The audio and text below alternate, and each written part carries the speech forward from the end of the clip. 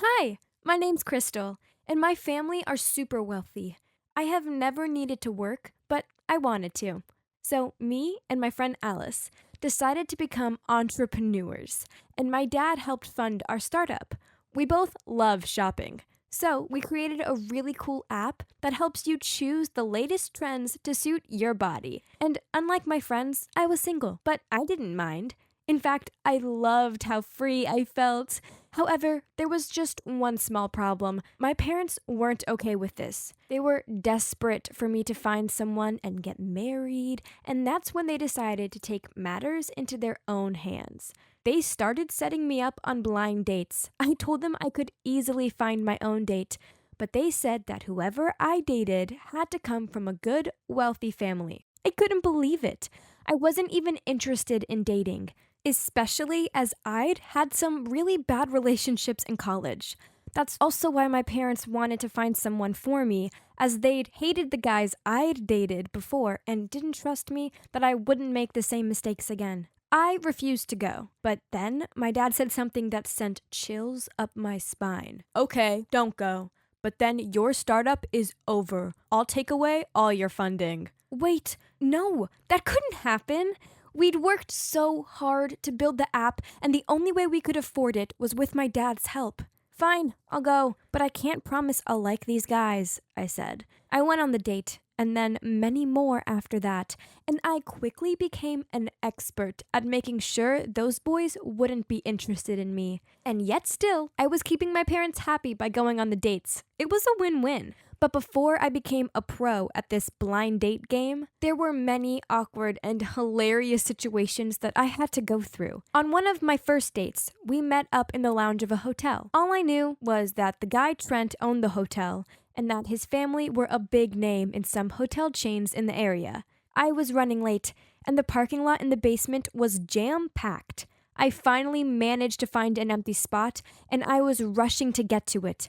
But then out of nowhere, another car also appeared and was heading for the same spot. We ended up bumping into each other. Both our cars got badly scratched, and mine even had a dent. Oh no, my baby. I was so upset. This was my Porsche that my parents had bought me for my sweet 16th. And even though I have a ton of other cars at home, this was my most favorite. Who would dare to hurt my child like this? I stomped out of the car and started yelling at the guy. He climbed out of his car and he was wearing a hat, so I couldn't really see his face, but I guessed he was younger than me. Could he be the valet parking boy or something?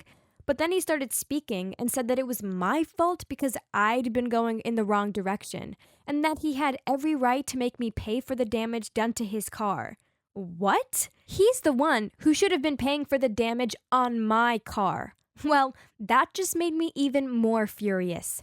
And then he had the cheek to say he was in a rush, and he handed me his business card and said we'd settle this later. I snatched that card out of his hand and threw it in my bag without even looking. That would be my lawyer's problem, not mine.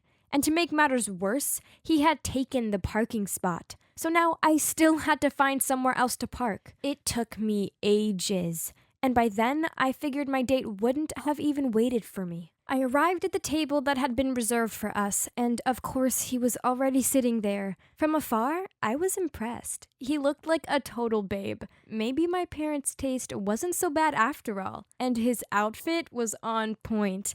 In fact, I'd seen it somewhere before. Must have been a new trend. I said hi to him and sat down, but he just started laughing. And after like 1 minute of smiling at me, he said hi back. Then he started to introduce himself, and I realized who he was. He was the guy I just bumped into in the parking lot.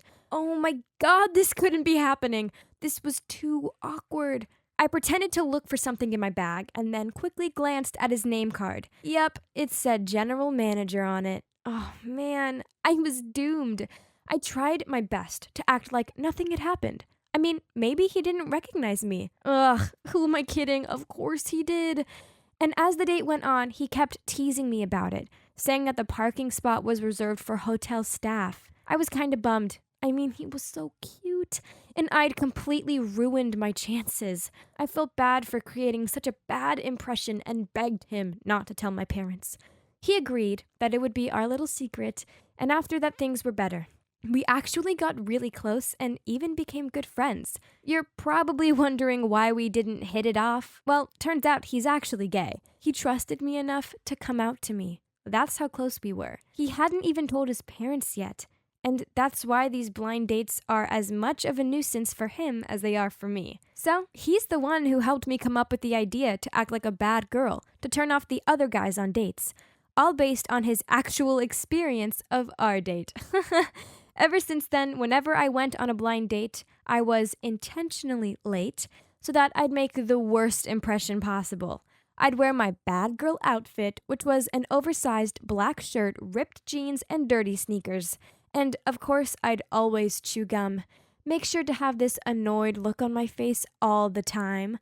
This drove rich guys crazy, and none of them ever asked for a second date with me. But one time, it didn't go to plan. The guy I was on a date with, Corey, he saw right through me and even had the guts to confront me about what I was trying to do. It made me so mad, and it was the worst date ever. But still, he told his parents that it went well, and he wanted to see me again. He surely wanted to pick a fight with me. Since he was the only guy that I'd been on a blind date with that had given positive feedback, my parents were super stoked upon hearing this, and they made me continue seeing him. Otherwise, they said they'd take away my cars and cancel my credit cards. I couldn't stand him. He was your typical bad boy player type who thought he owned the world. He didn't even work. His dad just made up a position for him in the family business. What a spoiled brat. And we didn't even actually date. He just rang me up anytime he wanted and made me go to places with him, as if I was just an accessory to him. It's such a waste of time, but what else could I do? One day, we were at the country club to celebrate his dad's 60th. It was so boring, so I snuck outside for a bit. He caught me playing on my phone, and he literally snatched it out of my hand and teased me with it. He thought it was hilarious until he realized that I'd been texting with Trent. Suddenly, he looked really distant. Then he asked if I was close to this guy. I didn't even have a chance to respond. He quickly returned my phone and just left me standing there. I didn't get it. Was he jealous or something? After that, he disappeared for a few weeks, which was really odd because normally he was all up in my face all the time. My parents were worried, and they forced me to go check to see if he was okay. Why is he so bothersome? I didn't want to go at all, but still, I had to. I got to his apartment, and the whole place smelled like alcohol. I mumbled in annoyance, "Hey, are you an alcoholic or something? I thought you'd maybe been sick, but okay then, I see." Then he said, "This is all because of you." I was confused. What had I done? I was about to leave when I noticed something. It was a crumpled photo of Trent and Corey. Oh my God. Am I seeing things or what? I picked it up. Corey glanced over and sighed. After a really awkward silence, Corey told me that Trent was his ex. What? So Corey was gay too? They broke up because they had planned to run away together because neither of them were brave enough to come out to their parents. But then Corey had bailed on the plan when his dad had offered him a position in the company and a huge inheritance. He couldn't give that up. Trent had been so hurt because Corey had chosen money over their relationship. It's been 2 years since then, and Corey regrets it a lot, but Trent won't even give him the time of day anymore. That's when Corey asked me to help him speak to Trent again. Oh God, I don't know if I should do it because I don't want Trent to date such a bad guy again. Plus, maybe Trent will just think I'm taking Corey's side and cut me out of his life too. But what if Corey really has changed? So, in the first part of my story, my parents set me up on some blind dates. First, there was Trent, who ended up being gay, so that didn't work out. And then I met Corey, who wasn't far from being called my worst enemy. We hated each other, but still, he made me go on dates with him. And then it turned out he was also gay, and that Trent was actually his ex. Corey begged me to help him get Trent back. So let's see how Trent will react to this. I decided to casually ask Trent about his past relationships and stuff, to see if he'd bring Corey up. He said he'd been so badly betrayed by his ex and that he still hadn't forgiven him for it. Clearly, he was talking about Corey. I didn't know what to do. It was killing me to see how miserable they both were. Seeing how Corey desperately wanted Trent back made me realize that he had changed. If he was given one more chance, he would never risk losing Trent a second time. So I decided to help them get back together. I told Corey about it first, and I have never seen him look so happy. And after that, we started getting on pretty well, because we didn't have to pretend to be dating anymore. We could just be ourselves. And guess what? He's not actually that bad. In fact, he was just like me, having to put up with his parents setting him up on stupid dates. He even told my parents that I was such an amazing girl. And after that, my parents started to respect me more. The only thing was, I couldn't let Trent know about my plan. In fact, Trent didn't even know that Corey and I knew each other. But from the way Trent spoke about Corey, I knew he still had feelings for him too. So all I had to do was set up a date for them and let fate handle the rest. I asked Trent to meet me for dinner and arranged with Corey to secretly show up later. But as soon as Trent saw Corey, his face went bright red, and within a second flat, he was furious. He stood up and started yelling at us both and even pushed Corey out of the way as he stormed out. Every single person in the restaurant was staring at us, and I even heard some old couple whispering that I was clearly two-timing these guys, and I'd just been caught, and how embarrassing that was. Trent was really mad at me after that, so I had to try and get him to forgive me, and at the same time, try and persuade him to give it another go with Corey. I knew that Trent had a sweet tooth, so I started making cupcakes and cookies and leaving them on his doorstep. He never answered the door no matter how many times I knocked, and one time I left a 3-tiered chocolate cake at his door, and I overheard his neighbors talking. One of them said, "Oh, when will she stop? What a desperate gold digger." And then the other looked at me and started shaking her head. She said, "She clearly has no dignity. What kind of girl chases a boy like that?" I was so embarrassed. I realized how needy I must have looked, so I ran back to my car, but before I got in, Trent came running after me. He had heard the neighbors too, and he'd realized how hard I'd been trying. He said to me, "Crystal, stop it already. You keep trying to fix things that were never your fault to begin with."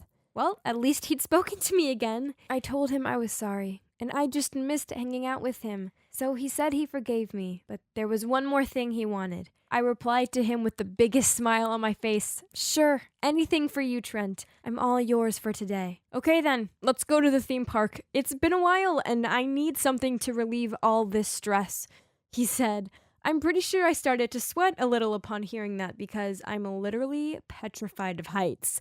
So we went there and went on all the rides that Trent wanted to, and I had to close my eyes the whole time and spent most of the day clinging onto him out of fear.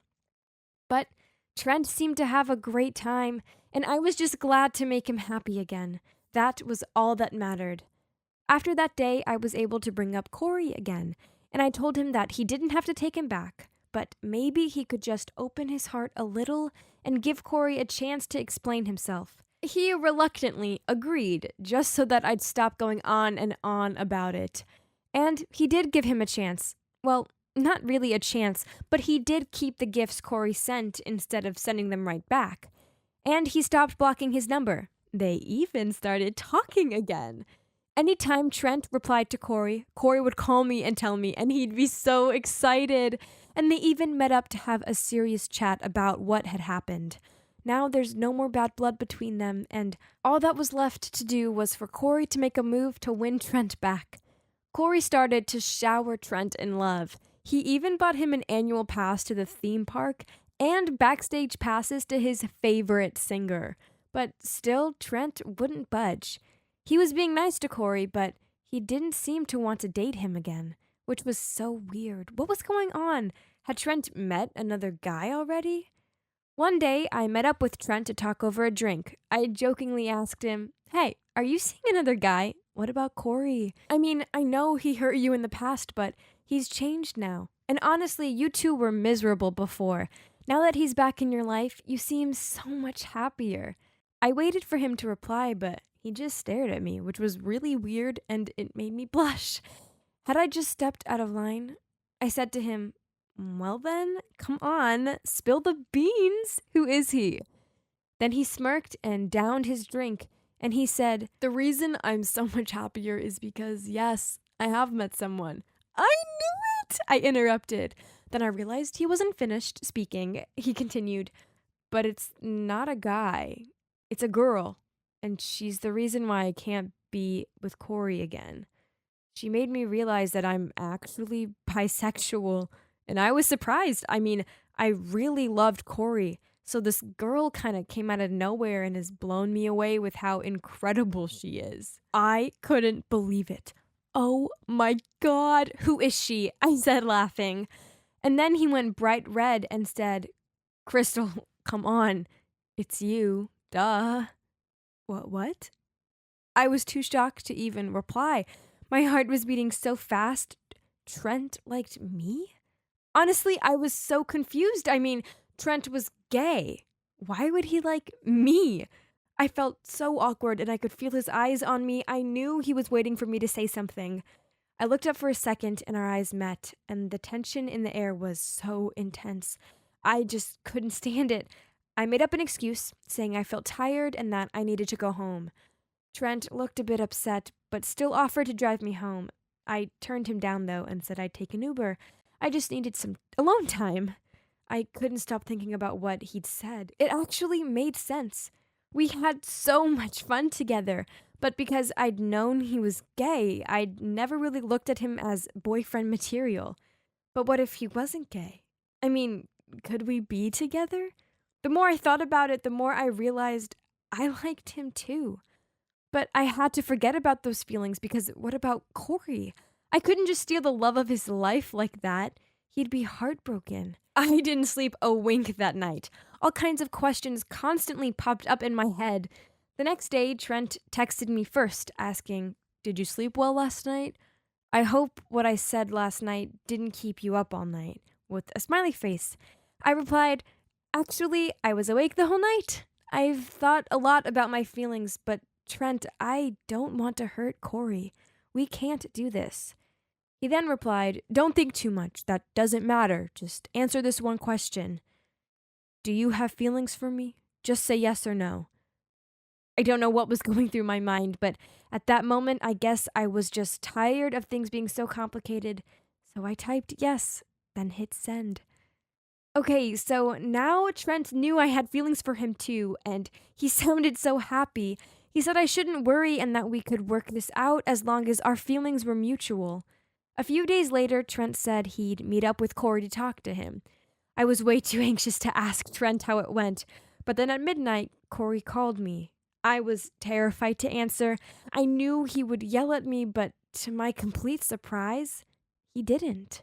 He sounded calm and said Trent had told him everything and that if I truly had feelings for him, I should go for it. He said, "I've spent years away from the one I love, and I don't want the same thing to happen to you and Trent. It's too painful. You both deserve to be happy. Plus, you helped me so much. Thanks to you, I managed to clear things up with Trent, and just having him back in my life, even as a friend, is good enough for me. I'll find someone else, and it'll make me so happy to know you two are happy." I was so touched by what he said, I couldn't even respond. I just started crying and told him he'd definitely meet someone amazing soon.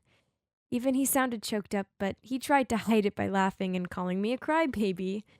Now that I had his support, I decided to give it a go with Trent. We went on a date, and it was so fun. Seeing as it wasn't our first time hanging out, we were so comfortable around each other. And now that I knew he was interested in me, I noticed how much he gave me butterflies. It was amazing. Now we're officially a couple. Turns out my parents are pretty good at playing Cupid, right? This shift was boring. So as I handed the 2 coffees over to the girl, I couldn't help but daydream about what to have for lunch. Excuse me, why the attitude?" The girl sounded annoyed. Then before I could say anything, she shouted, "I want to speak to your manager." The boy next to her tried to keep her calm and asked her to go outside first. Then he said to me, "I'm sorry about my sister." I mumbled, "It's okay," as I handed him $20 change. "Oh, just keep it," he smiled. But then he started apologizing, took the change, then left. What just happened? I took out my phone to check my face. Oh, great. I looked like I was sucking on wasps. And all because I was thinking about whether I should have pasta or a sandwich. Well, to be honest, what just happened wasn't new to me, but it never seemed to get any easier. Let me start at the beginning. So, I'm Isabelle. I just graduated from high school and was soon to be a freshman at college. Ever since I can remember, my parents, friends, and teachers always asked me the same questions, such as, "What's wrong?" and "Why the long face?" When I told them that I was fine, they would always be like, "Are you sure?" Or, "If there's a problem, you need to tell us, okay?" Oh, it was so frustrating. There was even this one time where my teacher had to stop in the middle of a lesson to ask me not to look at her like that because my stare made her feel uncomfortable. What? I was just really focused. Then I eventually found out in high school. It was on a normal sunny day. I was sitting at the bus stop with my best friend Jocelyn when some guy came over and asked for directions. I looked up, and the guy got startled and began to stutter. "Oh, sorry for bothering you." And then he left in a hurry. Huh? This was so confusing. He didn't even give me a chance to get a word out. So I turned to Jocelyn and asked if she might know what the guy's problem was. Um, Maybe it's because you look like you want to kick his butt. Then she told me how everyone at school thought I was an arrogant snob. What? That was ridiculous. Why would they think of me like that? I asked her this, and she took out a mirror and held it to my face. Well, see it for yourself. I took a deep look in the mirror, and oh my god, she was right. I did look a bit moody, but I swear I wasn't. Not at all. The next day, Jocelyn sent me a link to an article. It was about people having a naturally grumpy face, also known as resting bee face, aka RBF. You know the word. No wonder nobody likes me and wants to be friends with me. Well, except Jocelyn, thank God. She saw beyond my sullen looking exterior. I wanted college to be different, so I was determined to say goodbye to snobby Isabelle and say hello to happy, joyful Isabelle. I just needed to smile all the time. Sounds easy, right? So on my first day at college, I walked into the lecture hall with the biggest smile fixed on my face. I hoped I looked friendly and not like that creepy cat from Alice in Wonderland. But then my smile immediately vanished when I saw him. It was the guy who wanted to tip me $20 and then ran off with it. Ugh, why was he here? I was trying to come across as a sweet, friendly girl, and I didn't need him spreading rude rumors about me. So the easiest solution was to avoid this guy as much as possible. Only the universe had other ideas, and I found myself stuck doing a group project with him. Ugh, great. We all sat in a circle, and I found out he's called Carter. Our group leader, Carla, assigned each of us a task. While listening to her, I tried to hold my smile as brightly as I could. Keep it steady, steady, I thought to myself over and over. But you know what? Fake smiling is hard work, and it causes serious face ache. Then my cheek started twitching, so to avoid looking like a weirdo, I decided to take a break from smiling. And that's when Carla noticed me and asked, "Did I say something wrong?" Everybody was gawping at me. I could feel myself blushing. Great, now I probably resembled a grumpy tomato. That's when Carter spoke up. "Just continue. We'll say if anything's unclear." Thank you, Carter. Now, I know how Lois Lane felt after being rescued by Superman. This felt even more intense than the movie.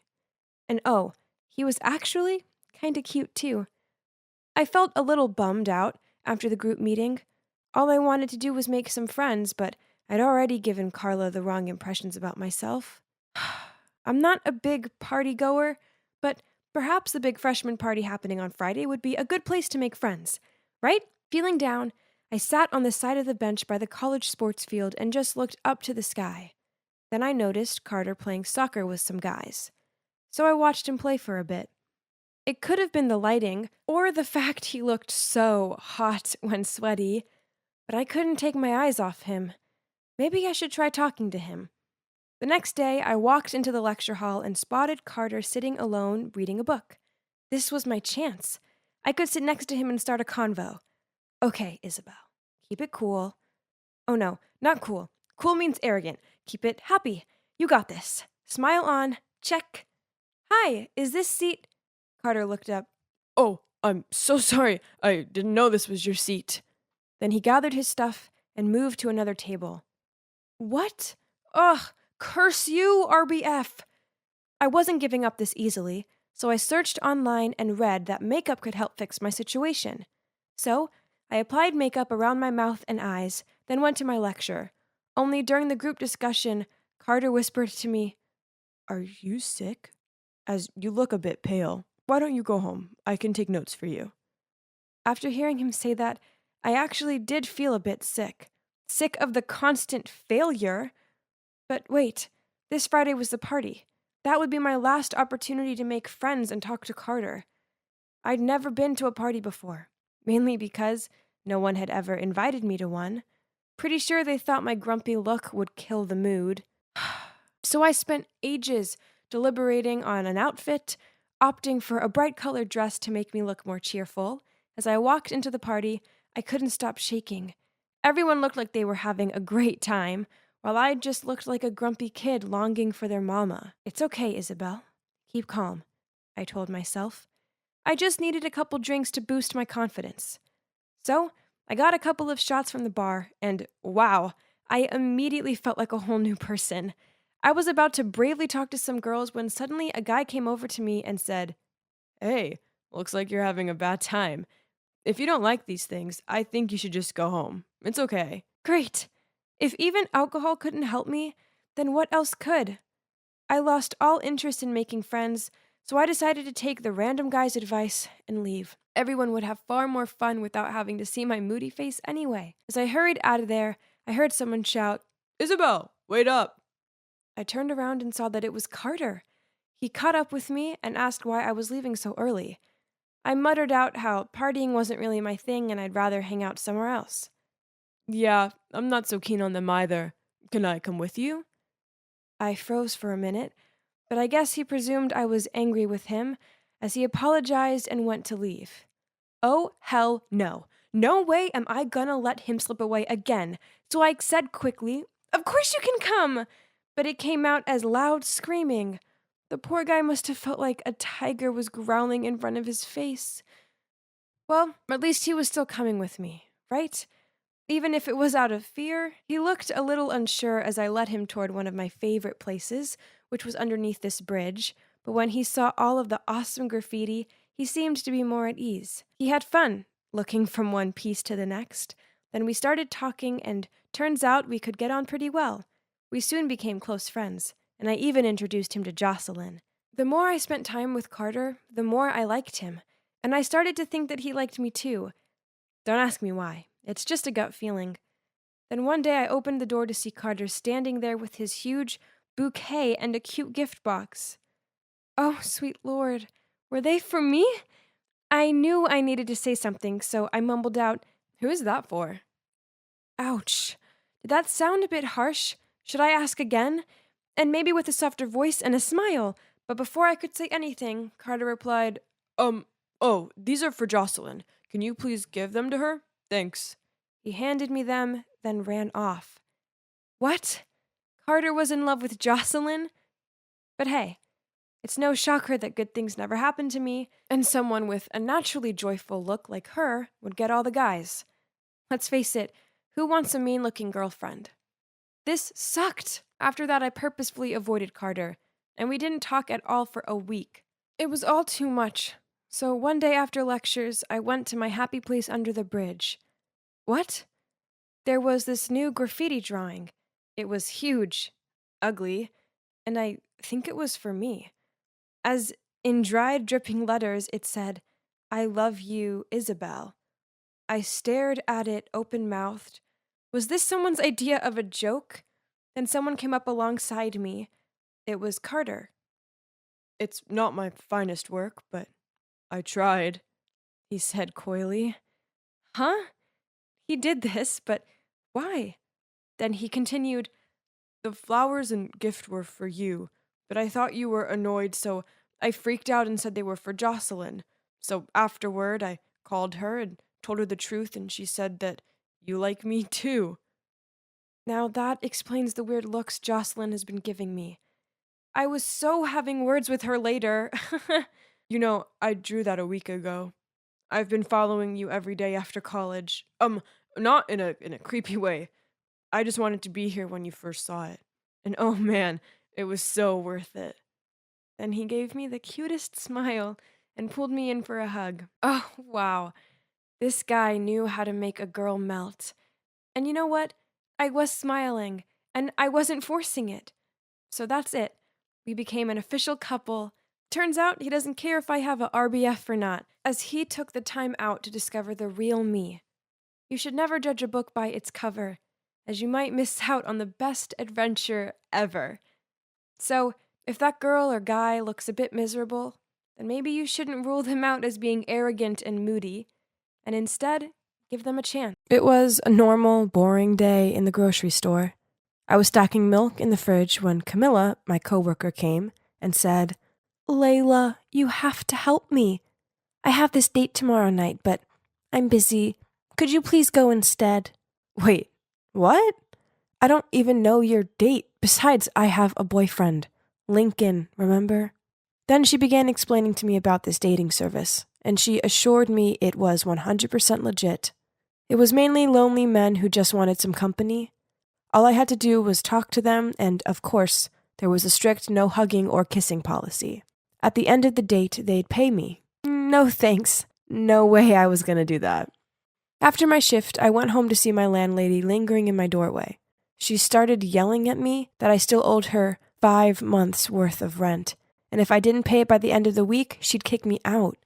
I begged her to give me more time, but it was pointless. My God, what to do? Where could I get that much money on such short notice? Oh, wait a minute. What about Camilla's dating service? It looks like I was out of choices, so I called her and agreed to go on the date.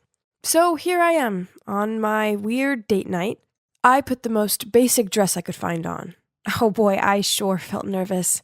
I have no idea what to say and how to act. Oh, that must be him. My God, Camilla! How could she forget to mention that the guy was in his 50s? People would think he's my sugar daddy. Ugh! Keep it together, Layla. I couldn't back out now, as my home depended on it. So, I slowly approached the man. At first, he looked surprised. That figures. He was expecting Camilla. I explained the situation to him, and he wasn't mad or anything. He just smiled at me, and we started chatting. He's called Mr. Hall. He lost his wife 2 years ago, and ever since then, he's been feeling lonely and needed someone to talk to. So that's why he started using this service. He was actually pretty easy to talk to, so the night quickly went by without any problem. After the date, he handed me an envelope and told me how grateful he was to me for listening to his burdens. I was itching to go home and open the envelope, but then he started going on about his heartbroken son. Suddenly, he was asking me if I'd talk to him. Obviously, I refused, as this was a one-time thing to help out Camilla. Besides, I have a boyfriend. Speaking of which, he'll be so furious if he ever finds out about this. The next day, I paid the landlady 2 months' rent and assured her I'd have the rest with her soon. But to my shock, she just scowled at me and forced me to pay all at once. Well, guess where I am now? In a cafe, waiting for Mr. Hall and his son. Ugh. Oh, there he is. And that must be his son. Geez, could he look any more annoyed? Hi, I'm Layla. Nice to meet you. Save it. I'm only here because he forced me to. So just let's get it over with. Layla, thank you for coming. This is my son, Leon. Please don't mind his attitude. Then Mr. Hall left us alone. Man, Leon was hard work. Any questions I asked him, he just shrugged or snorted. Then, when he finally spoke, he sarcastically said, "So, Layla, I hope the money's worth it." What? How rude! Then he continued, "You must be desperate. Don't you feel ashamed of yourself?" Ugh!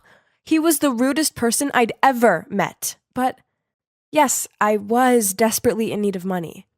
So I took a deep breath and started telling him about myself.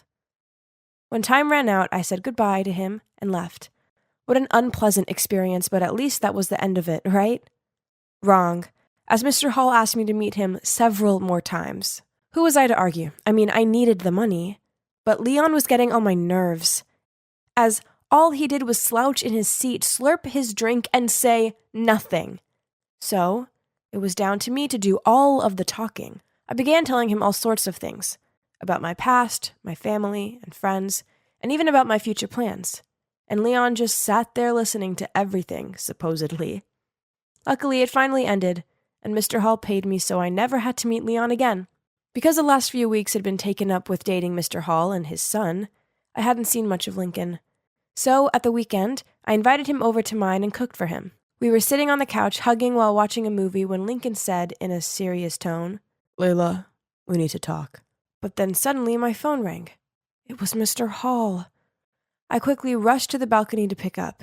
He wanted me to be Leon's +1 at his eldest son's wedding, and he was willing to pay double? Ugh, that sounded awful, but besides rent, I also had to pay for college fees and food, and my measly income from the grocery store didn't come close to covering it at all, so I reluctantly agreed. When I returned inside, I asked Lincoln what he wanted to tell me. He hesitantly said that he had to go on a business trip for 2 weeks. Well, maybe it was for the best, so I could go with Leon without worrying about my boyfriend. Ugh, I felt so guilty. I swear this would be the last time I was going to do this. Leon arrived to pick me up, and as soon as he saw my dress, he insisted I couldn't wear such an ugly thing. Ugh, he was so rude. I told him I had nothing else suitable, so he drove me to a dress boutique, then told the staff to bring the most beautiful dress in store to try on. Oh my, it was stunning. I was overwhelmed when I saw myself in the mirror. Well, I definitely looked amazing in it, and Leon must be thinking that too, 'cause he couldn't take my eyes off me. It's such a shame I can't afford it. But then before I could stop him, he went ahead and paid for it. How frustrating. I was sitting in the church waiting for the wedding to start, while Leon flirted with some girls. Thank God Lincoln wasn't like that jerk. Then everyone went to their seats and the wedding began. The groom walked to the altar in this luxury-fitted suit. Man, it must be so nice to be rich. But is that Lincoln? My Lincoln? Our eyes met, and he looked as shocked as I did. But instead of running to me and explaining everything, he just ignored me and continued with the wedding. I had to watch them saying their vows, exchanging rings, and kissing. I thought I was going to faint any minute now. Then at the wedding reception, Leon dragged me over to Lincoln and introduced me as his girlfriend. Awkward overload. And soon, some pretty girl distracted Leon again, so he chased after her. Then Lincoln immediately pulled me over to the stairwell. "Why are you here with my brother? Were you cheating on me this whole time?" "Seriously? What about you? I'm not the one who just got married." "Let me explain, it's not what it looks like." Right at that moment, Leon appeared and asked why we were here talking. I muttered out some story about trying to find the bathroom. Then I told Leon I had a headache and asked him to take me home. This was so confusing. How could my perfect boyfriend now be married to someone else? He kept on texting me saying he wanted to meet up and talk. I guess I needed to at least hear him out. The next day I met him at the museum, where we had our first date. So, his wife, Sandra, is the daughter of an affluential businessman who owns one of the biggest corporations in town. Lincoln's family company is in big debt, so his dad forced him to marry Sandra in order to save the company. Believe me when I say I don't have any feelings for Sandra. It's just business. I only love you. Please don't leave me. I promise, as soon as the company is back on track, I'll file for divorce. Yeah, I know you probably think I'm crazy, but I still love him too. Besides, if the marriage is only temporary so he can save this family business, then that's understandable, right? He kissed me goodbye and left. But after that, Lincoln changed. Every time I texted and called him, he told me he was busy and would call me back. But he never did. I guess married life was preoccupying him. As if this wasn't frustrating enough, I had to put up with Leon. He kept on appearing at my place and bothering me. One time he showed up drunk, complaining about his ex-girlfriend, who'd just married someone else. Yeah, obviously it's far from worse than my current boyfriend just getting married. I tried to kick him out, but he'd already fallen asleep on my couch. The next morning I went to the kitchen to see Leon holding a picture of me and Lincoln and asking why we were on it. So I just shrugged and explained that we were a couple. Leon started laughing and calling me a fool. We argued back and forth, and in the end, I made him leave. I don't care what everyone thinks. I believe Lincoln. Then a few days later, I was walking out of college when I saw Mr. Hall waiting for me. He gave a slight sigh, then said, "I will make this short. Stay away from Lincoln. He's married now. Layla, I'm fond of you, but if you try messing with Lincoln's marriage, I won't hesitate in making things complicated for you." Oh my God. I can't believe Leon snitched on me.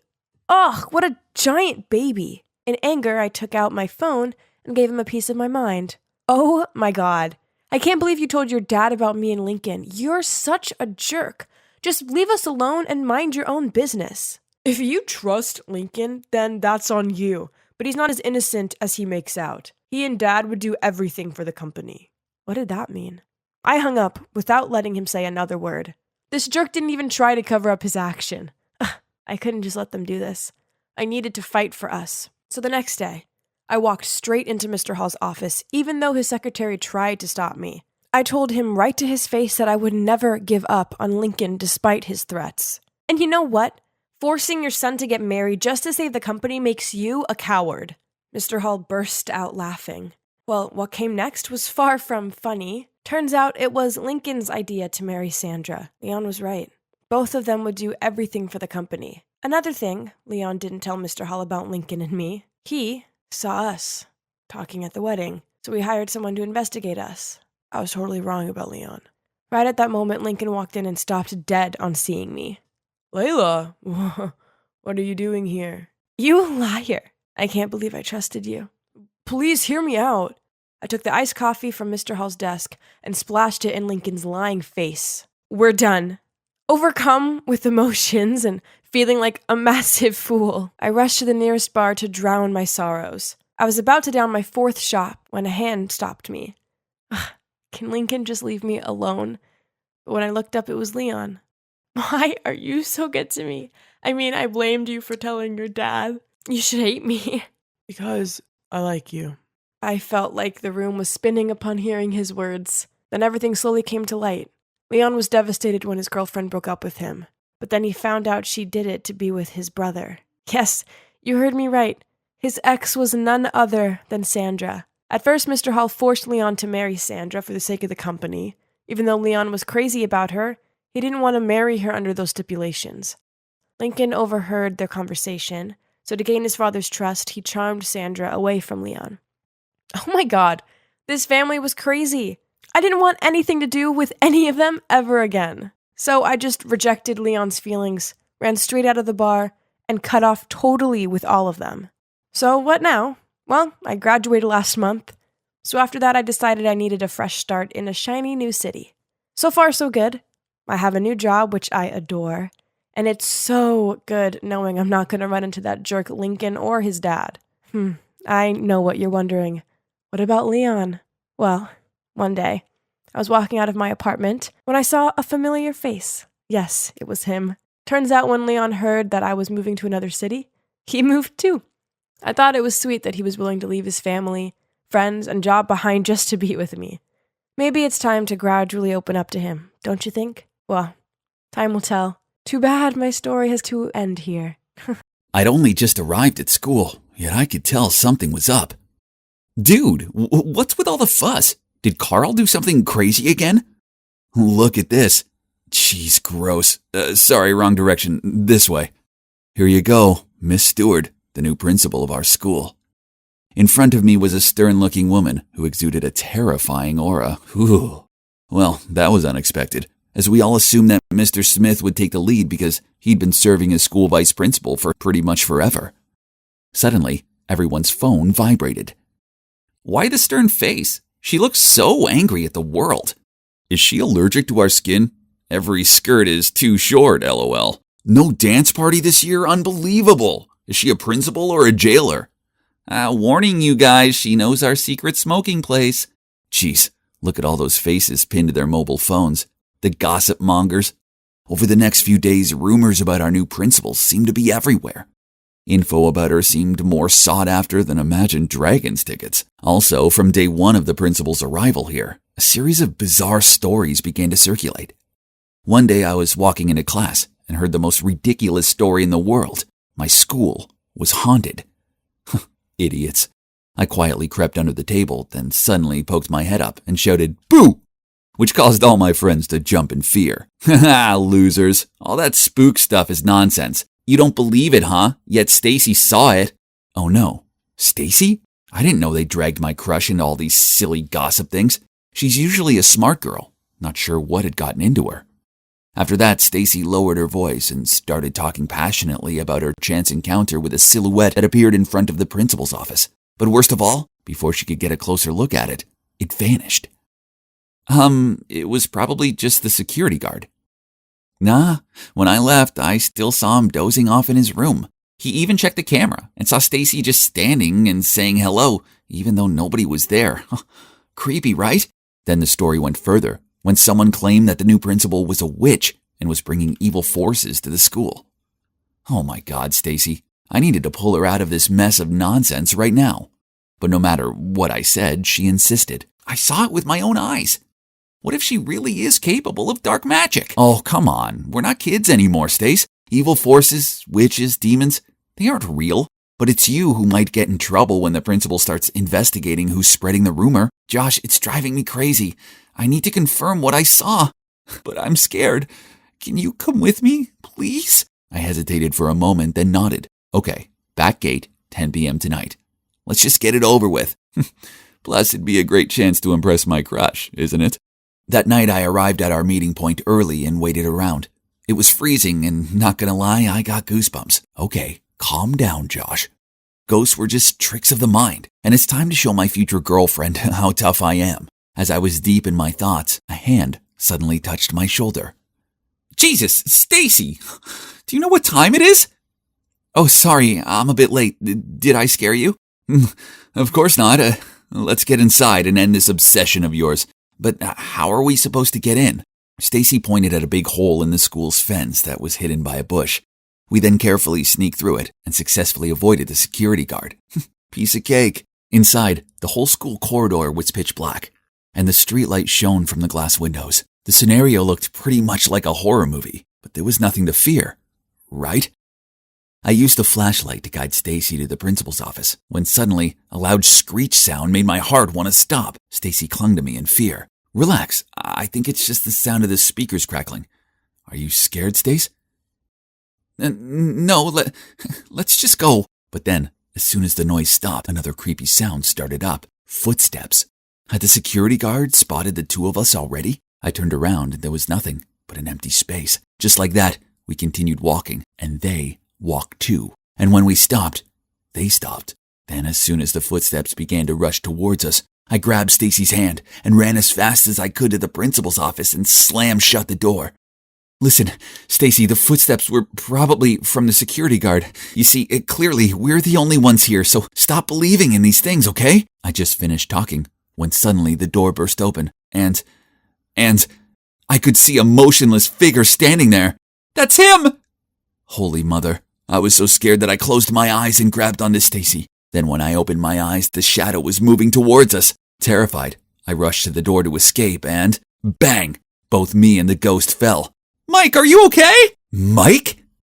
The three of us sat awkwardly on the sidewalk outside the school. I didn't need the chilly wind to make my heart feel frozen. As it turned out, Stacy already had a boyfriend, and that boyfriend was none other than Mike, my best friend. Ugh, so much for me wasting my time playing hero. And if you're wondering why Mike was here, the answer was to help Stacy put on this phantom play. That's right. Both the crackling and the footstep sounds were all made by him. Hang on, why did she make up this ghost story thing? Even prepared a whole play for me and the others to acknowledge it? Stacy explained that it was only because the new principal was too harsh, creating strict rules and making it difficult for the students. Huh? But I don't think any of these rules affect her much. I mean, Stacy had always been a model student anyway. So why did she have to take it to this extent? I asked, but Stacy just ignored me and asked me to keep it a secret. In the following days, people kept questioning me on my late-night expedition.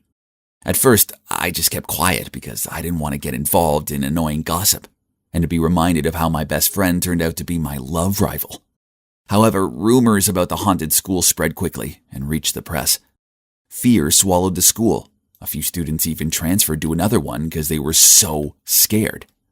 Although I wasn't a fan of the new principal's strict rules, what Stacy did had gone too far.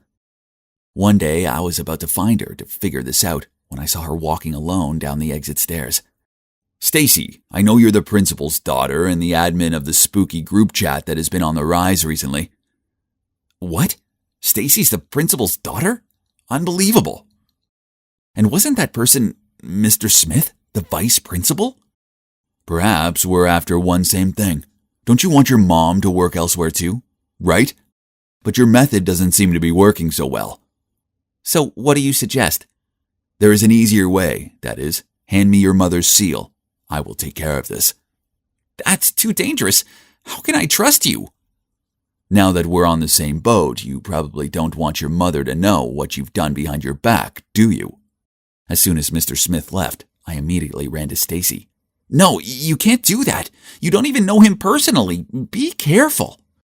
But Stacy insisted on doing it on her own.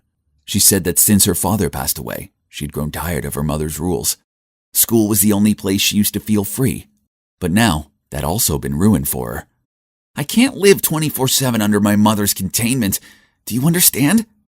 Well, it's true that being a teacher's child must be stressful enough already. Not to mention being the child of a strict principal. That would surely be even more exhausting. But conspiring with Mr. Smith was a step too far, right? And what will be, will be. A few days later, a ton of messages regarding the principal faking test scores to improve the school's ranking broke out. And of course, she would be subject to disciplinary procedures and may have to quit her job forever for violating professional ethics. I looked over at Stacy. Her face darkened and suddenly she darted out of the classroom. I chased after her and looked everywhere for her, but she was nowhere to be found, until I heard a sobbing sound coming from the abandoned canteen. Thank goodness, there she was. Seeing me, Stacy burst into tears and poured her heart out.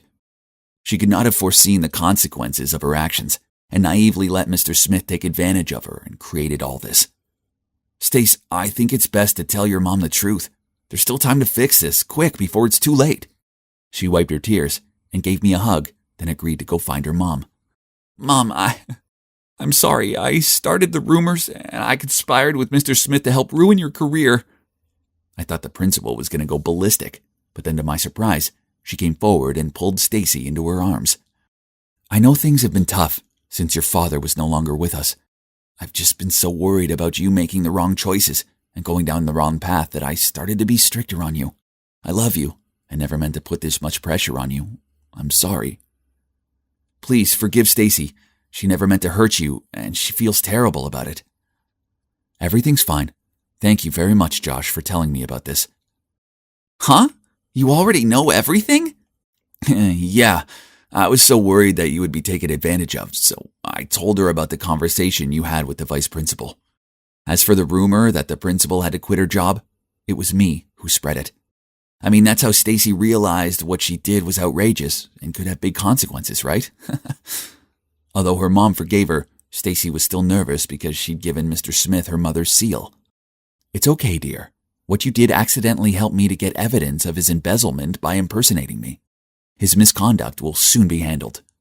It's all good now. My work here was done. I fixed things with Stacy and her mom. But most importantly of all, I proved that the school's not haunted." "So what's next?" "Well, Stacy must have been so moved by my heroic actions and started developing feelings for me. As she broke up with Mike, not long after that, then asked me out. But he's my best friend, and there's no way I'm making him sad over a girl, so I turned her down. Besides, her mischievous side is kind of terrifying.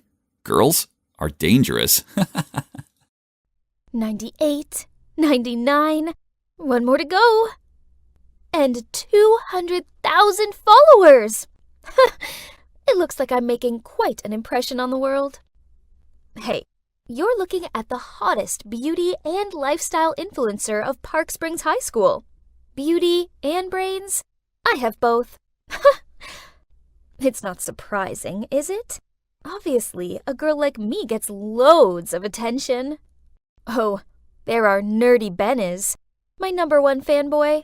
He's always following me around school and offering to help me with, well, everything. I can't blame him.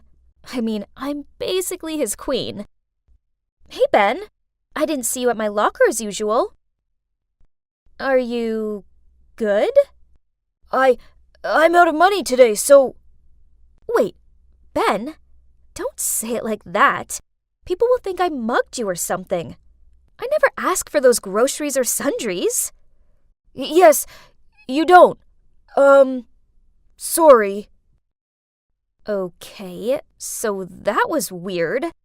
Then things got even stranger when I overheard Christine telling her friends that after being exposed, an anonymous IG singer's followers had skyrocketed to a whopping 500,000. But the thing was, she went to school here. She's that nobody in bio class, Stella.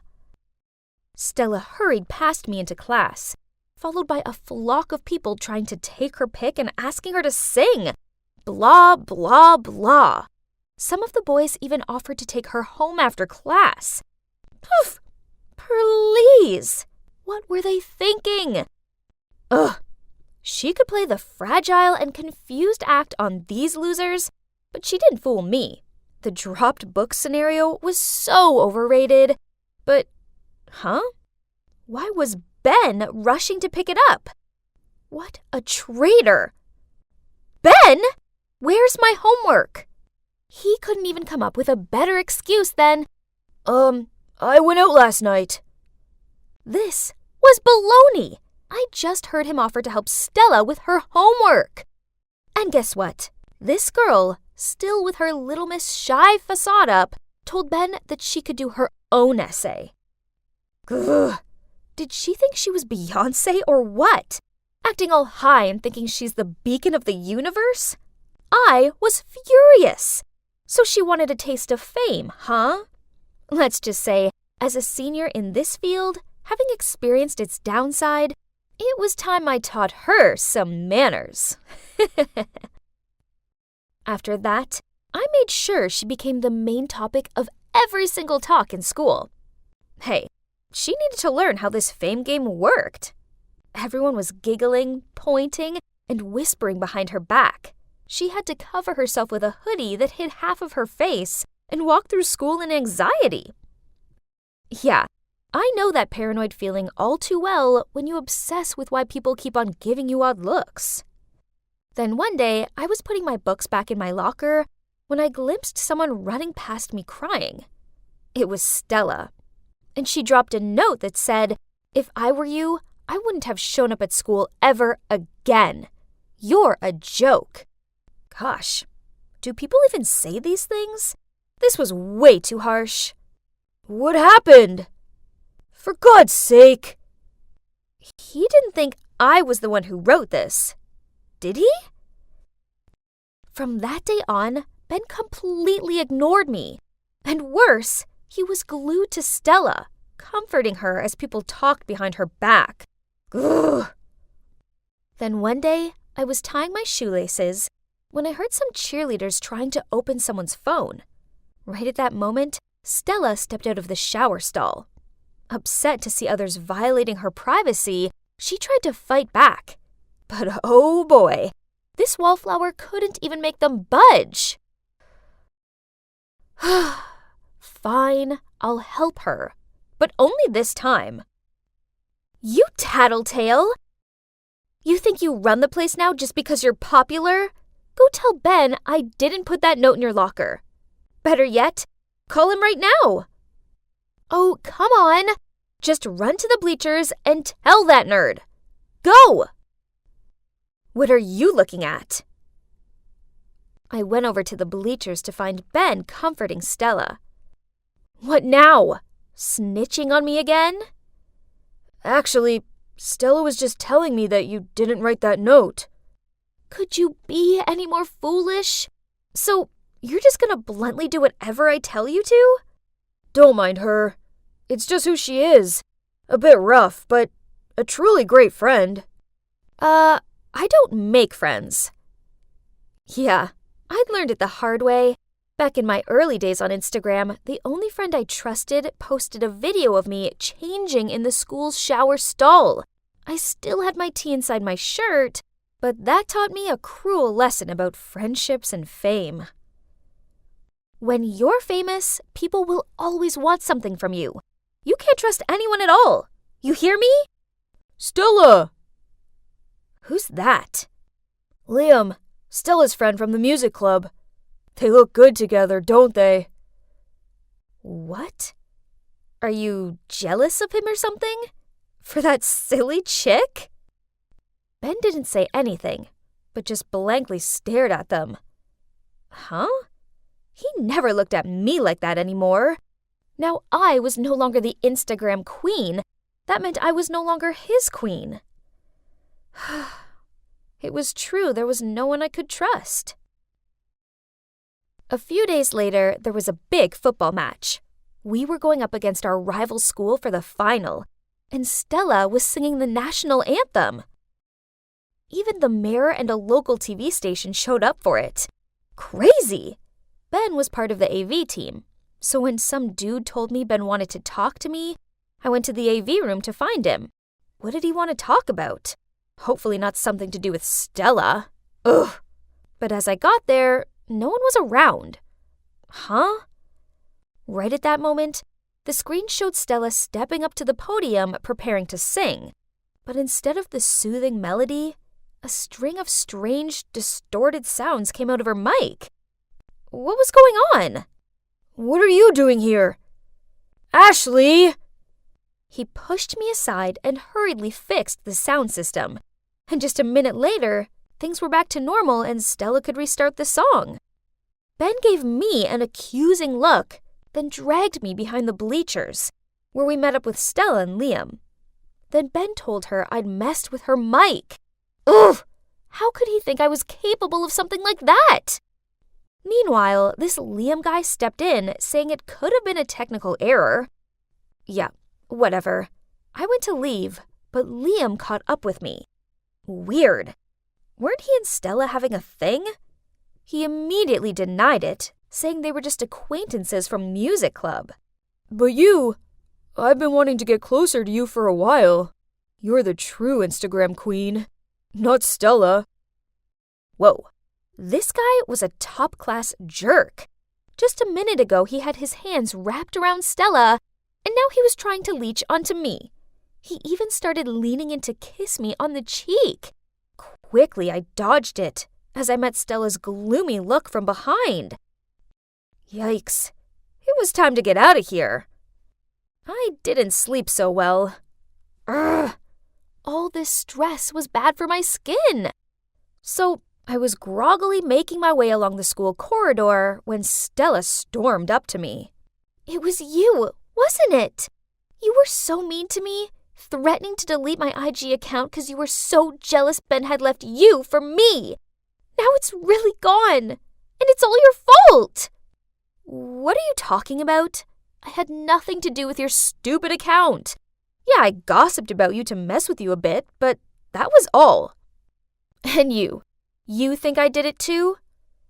Excuse me? Did he just ignore me? And there Ben was, my so-called friend who turned his back at me right at the moment I needed him the most. And I'd never threatened to delete her account. Why did she make it up? Was she that jealous of me and Liam yesterday? What's this? An unexpected message from Liam said, Hey Ashley, don't worry, sweetie. I've got your back. What do you say we meet at 8 p.m. in the park? Ugh, this shameless, two-faced jerk. What was he up to this time? So after class, I slid a note into Stella's locker, pretending to be from Liam, saying, I have a surprise for you. See you at 8 p.m. in the park. I arrived on time to find Liam already waiting. He kept putting on this simping act like he was madly in love with me or something. I can help you prove everything, and I only ask for one tiny favor, that you'll be my girlfriend. You can do that? But how? Well, you can just simply put the blame on someone else. Let's say, Ben? Oh, honey, you don't have to do anything. Just come to me and let your man handle it. Ugh, this guy made me want to barf.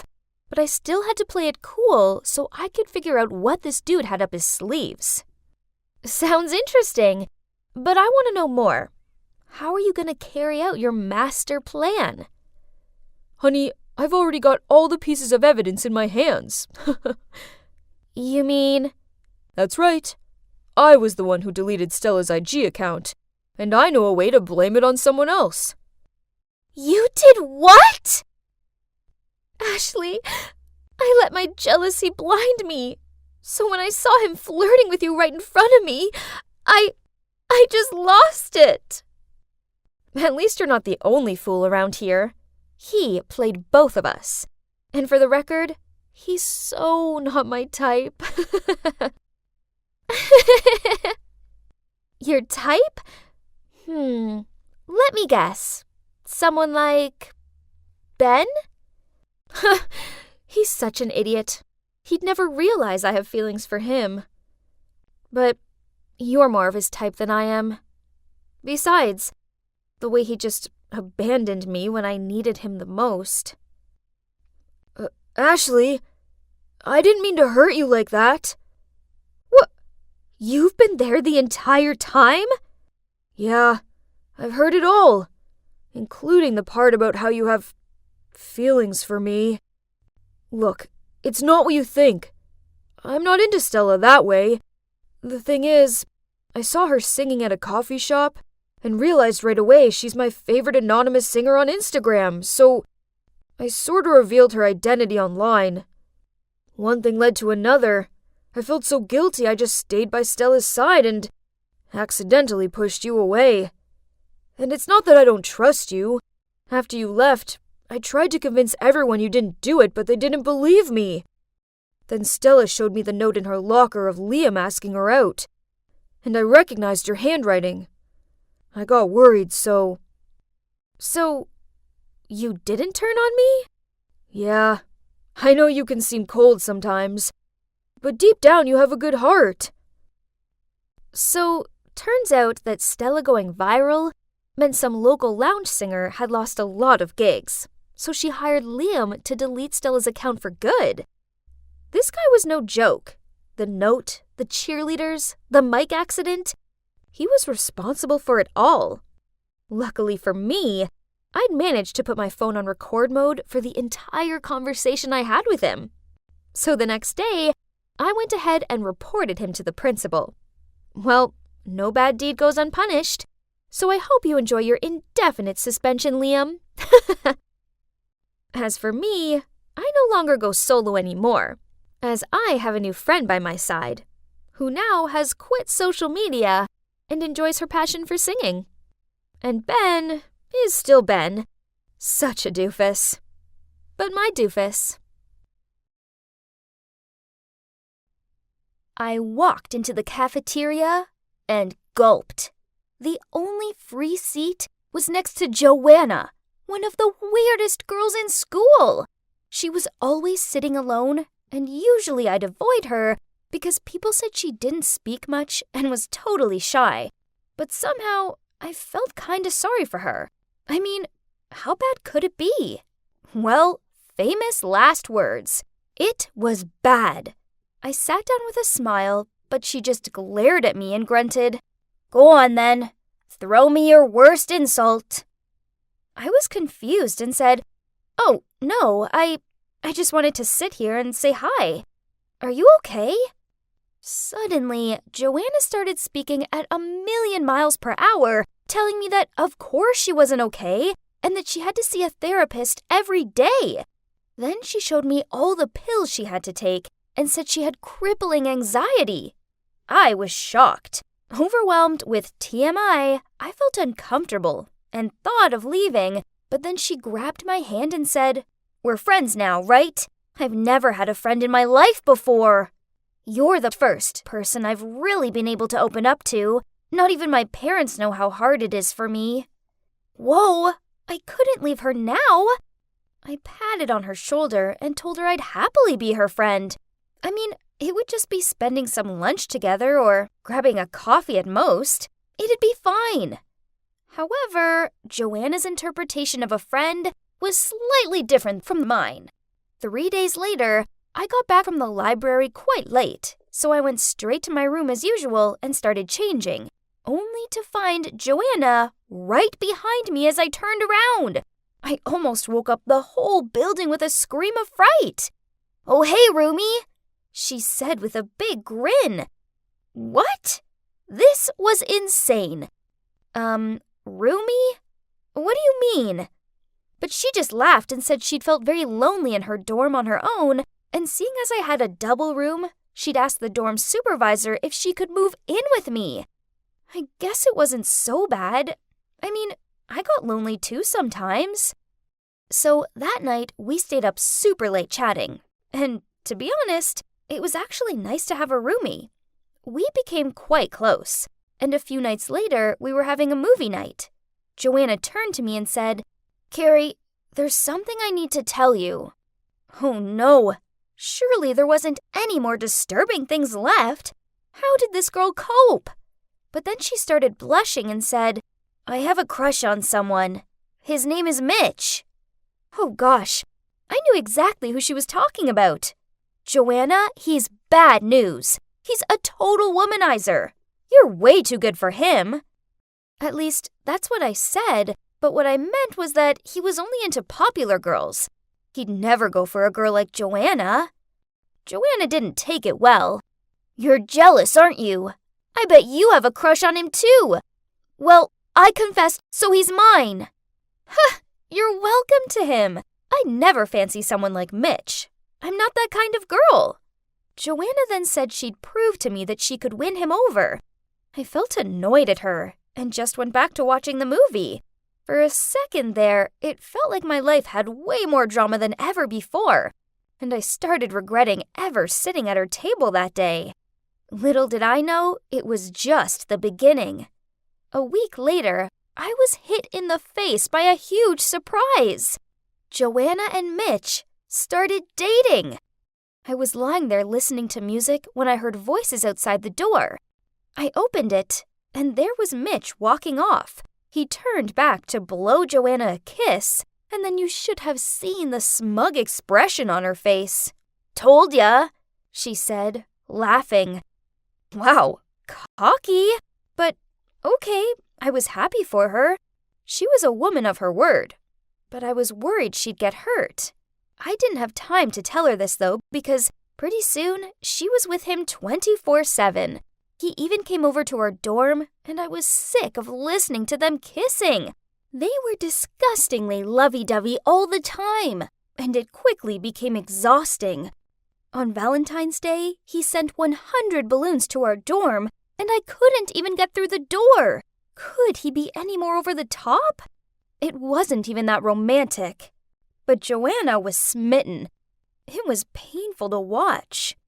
But not as painful as seeing Mitch walking along the street holding some other girl's hand.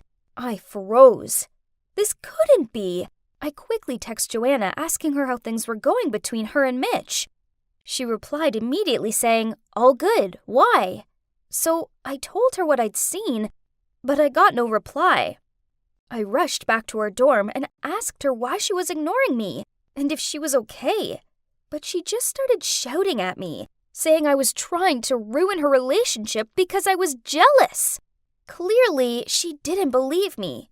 I told her I was telling the truth, but she just got up and left, slamming the door behind her. Things got really awkward after that. She ignored me in the dorm, ignored me in class, and wouldn't reply to any of my texts. And she still brought Mitch back to our room and kissed him in front of me. Eventually, I couldn't take it anymore and asked her to move out. But I didn't expect what would happen next. Joanna lost it. She started shouting, "What's your problem? For the first time in my life, I'm happy and someone loves me. And there you are, trying to ruin this for me. And now you want to kick me out? It's not my fault you're single, Carrie. Maybe if you stopped being so jealous for a second, someone would like you back." I couldn't believe her. I wanted to scream. She was the worst. And the next morning, it got even worse. I was sitting with some friends before class started when suddenly Joanna walked in and burst into tears. People ran over to her and asked if she was okay, and that's when my blood ran cold. She started saying how I'd been bad-mouthing her boyfriend, and now I wanted to kick her out of our dorm. And then I heard my voice. I looked over, and she had her phone out and was playing a recording of our argument. Of course, she'd edited it to make me sound like the bad guy. Even my friends looked shocked, and Joanna told them all how I was a two-faced, good-for-nothing kind of girl and that I loved to gossip about everyone behind their backs. I tried to explain to everyone that Joanna was lying and that she was just angry, but everyone looked at me in shock. It was like they believed her. I was stunned. The next day, I noticed Joanna showing my friends some photos on her phone. They were screenshots of texts from me, but she'd edited them to create a total monster out of me. One time, Joanna had messaged me laughing about how my friend Valerie had the worst hairstyle ever, and I joked that she must have cut it by herself. And there was the message where Joanna talked about how Mitch said his ex, Anna, who was also our class president, must have been flirting with the economics teacher to get good grades. And I said, has Anna sunk that low? Not only having an affair with a married man, but basically committing academic fraud? I don't think she would do that, though. But of course, Joanna had cropped out the last sentence, and she didn't show her parts in the conversation either.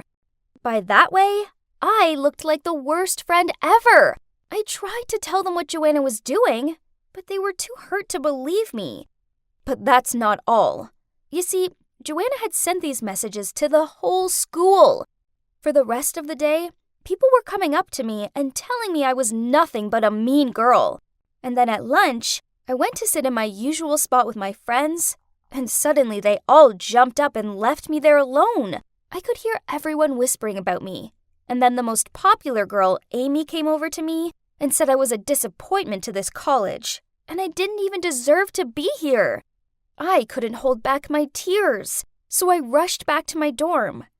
But standing there with her arms folded, blocking the door, was the dorm supervisor. She said that she'd received reports about my behavior and that I had 1 week to move out of the dorm. I didn't understand. What had I done? Apparently, people had told her I wanted to get her fired. And then I remembered Joanna saying those exact words and asked me how she could report to the manager. So I'd sent her a text explaining how to report her. Oh my gosh, she'd even used that against me? This was too much. I went to find Joanna. I was furious. She was ruining my life. When I got to class, I planned to show everyone our full chat conversations, unedited. But I didn't get the chance because Joanna was sobbing hysterically, and everyone was comforting her. She was saying how living with me was torture, and that she had to take medication to deal with me. Enough! How dare you! I screamed. Why are you doing this to me?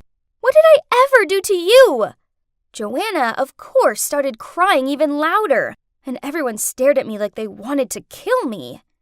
I walked out of there feeling completely empty. I'd lost my friends, my dorm, my reputation, and every last bit of dignity, all because of that snake. I still didn't know what I'd done wrong. The more I tried to understand it, the more everyone defended Joanna. It was useless. No one listened to me. Eventually, I ignored them all, moved out of the dorm, and acted like Joanna didn't exist. Fortunately, I made some new friends that loved and trusted me and never twisted my words. As for gossiping about me that everyone else still did, I learned to block it out. And then about 4 months later, I got an email from Joanna. I was shocked. She said, "Carrie, I'm sorry. You were right all along. Mitch was cheating on me, and I should have listened to you. Please forgive me. I'm begging you. I'll do anything to make it up to you. I'll confess to everyone. Please, let's just be friends again. I miss you." Ha! Not in a million years. I deleted the email right away. There was nothing that she could do to ever make it up to me. She'd ruined my life, and I was done with that toxicity. Good riddance. Finally, I'm out of that morbid place. Now let me tell you, sharing a cell with a dozen other noisy, stinky, grumpy dudes ain't fun. Anyway, here I am, free as a bird now. So no one's here to pick me up. Suppose I'd have to call Mom. It took me a few seconds to familiarize myself with my phone. Jeez, it'd been 4 years. It was a miracle I hadn't turned into one of those leg-cradling crazy dudes. How I ended up in there in the first place was a joke. All I did was take some stuff from 1 or 2 warehouses and sell them on. No big deal. Yo, Mom, it's your boy Cole. I'm out, and yeah, I need a lift home. I spoke the moment I heard Mom's voice. Cole, Do you have any idea what hell your actions have put your mother through? My dad was so good at overreacting, but I needed somewhere to stay, so I could handle him. But Dad, Mom, come on, I'm still your son. You have the heart to see me homeless and sleeping next to rats? There was a brief pause. Then Dad grunted, You can stay for a few weeks, but only for your mother's sake. Thanks, Dad. You're the man. Bingo. My parents were like putty in my hands. This was the life. I played video games all day, then partied all night. Then one night, I was getting ready to meet my friend Moose, when Mom told me that the pizza delivery guy was at the door. I shouted down to her, You can shout me this one, and I'll get the next. I finished getting ready, and I must say, I was looking smooth. I strode down into the kitchen and grabbed a slice of pizza. Dad was sitting there glaring at me over his report. If you can't afford to pay for items, then I suggest you don't order them. He looked at the pizza slice in my hand. Mom walked up behind him and placed her hands on his shoulders. Darling, give him some more time. He's still adjusting to outside life. Thanks, Mom. You're the greatest. I gave her a greasy pizza kiss on the cheek. Any chance you can lend me some dough? Dad shook his head and sighed, while Mom went over to her purse and passed me some money. Hey, there'd be plenty of time to get a job and be responsible. Right now, I had 4 years of lost time to make up for. Once, I borrowed Dad's car. I swear I only had a couple of beers, but the world glitched out and went all blurry. The next thing I know, I'd driven straight into the neighbor's front yard. Oops. I opened my eyes the next morning to a killer headache, so all I wanted was some black coffee and a plate full of bacon. But I got Dad's death stare instead. Just when I think you can't get any more irresponsible, you took my car without asking, drank too much, then drove into Gloria's beloved rose bushes. Chill out, Dad. I'll fix it later, I said as I raided the fridge for food. You're not the one having to pay for the damages. We've made our decision. You have 1 week to get out of our house. Now hold up. I had 0 places to go. I couldn't stay with Moose, as he was crashing in his sister's garage, and I didn't know anyone else. How could they? I gotta chill a bit, so I pulled out my phone and started scrolling through dating apps. Then I matched with this stunning blonde called Trudy. She's a little older than me, but her family is rolling in dough, and also, she has her own business. Not only that, but she's hotter than an agitated dragon. So yeah, her photos seemed a little grainy, but guess the retro trend was in. Looks like I had it both ways, love and money. I have quite a face, but since I love beer and pizza, and without any dedication for the gym, I don't have the perfect body. But I needed to keep this girl interested. So I told her I was a tall dude with an impressive six-pack, who just graduated and was on the lookout for a girl with brains as well as beauty. This girl was actually pretty easy to talk to. She sent me pictures of her latest purchases, like phones, expensive watches, and designer clothes, along with the promise that when we started dating in person, she'd buy me whatever I wanted. Result: after 4 days of face pics and my priceless conversation, Trudy was smitten, and she sent me a message saying, Cole, I haven't known you long, but I know how I feel. I love you. X. Okay, that's really fast, but yeah, I've won the lottery over here. Hey, maybe she lied about her look too, but it didn't matter. She's rich. So I replied to her, I know, babes. I feel it too. X. We immediately arranged to meet in person and decided on a yellow dress code. I looked around the park trying to spot this gold mine, but all I could see was some old lady in a yellow dress. Okay, coincident, but Why is she heading my way? The closer she got toward me, the wider her grin was. Cole, right? It's me, Trudy. What?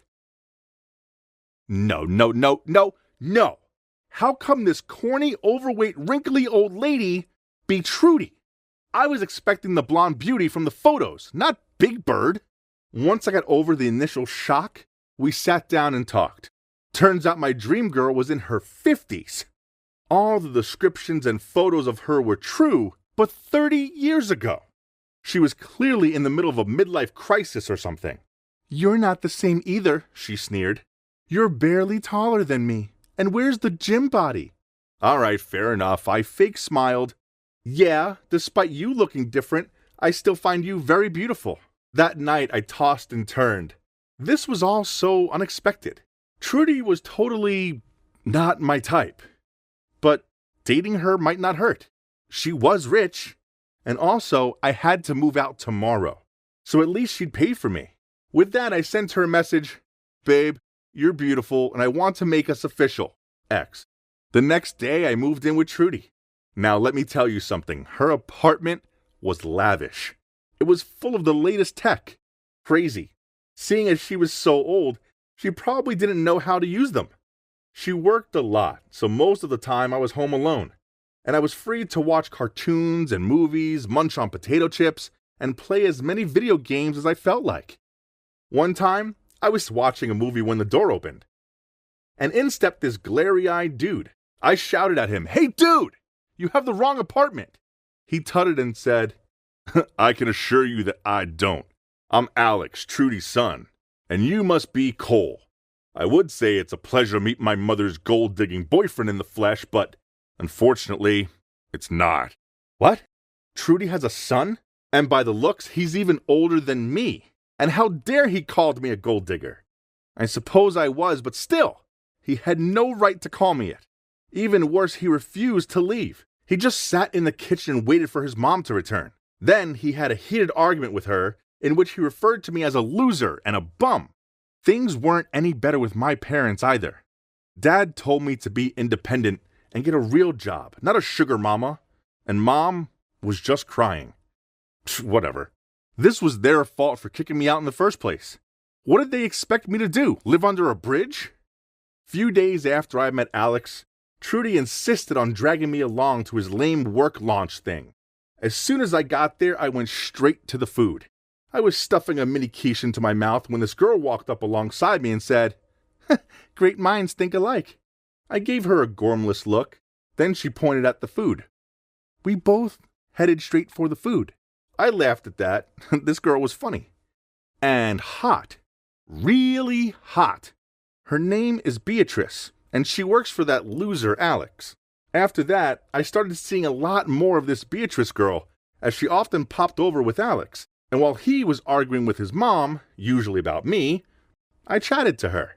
That was how I found out she wasn't having it easy either. She was behind on her rent because her truant brother had stolen the money and spent it all. I felt bad for her, so I took the envelope full of cash that Trudy had given to me, and I handed it to her. Okay, so I wouldn't be able to buy anything new for a few weeks, but it was worth it just to know that she'd be okay. Truth was, I was really falling for Beatrice, but I couldn't do anything about it, as I was with Trudy, and I was relying on her handouts. Soon, things became stinky. I came out of the shower to see Trudy standing there with my phone in her hand. "How could you?" She threw it at me. Yeah, so she'd read all of the messages I'd sent to Moose, saying how I didn't find her remotely attractive and I was only with her for a free ride. "Trudes, my babes, come on, those messages were just me joking." I laughed. "I was just messing around." "Shut up, you liar! You find me hideous. Alex was right. You were only using me for my money. And worse, you never went to college. Instead, you were in jail." I was about to lay on the Cole charm when Alex and Beatrice bursted into the room. Alex shouted at me, "How low-life you are. What a shameless gold digger." "It's appalling. I've told her to report you to the cops." Beatrice interrupted.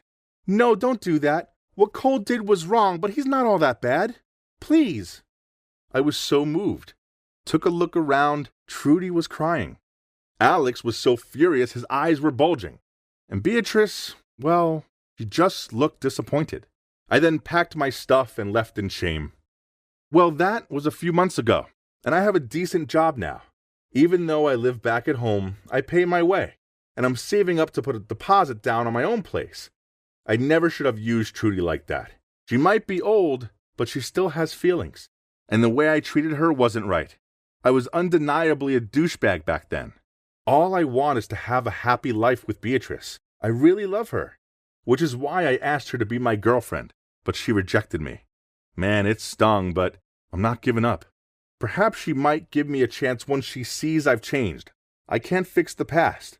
All I can do now is improve myself and keep on rolling forward.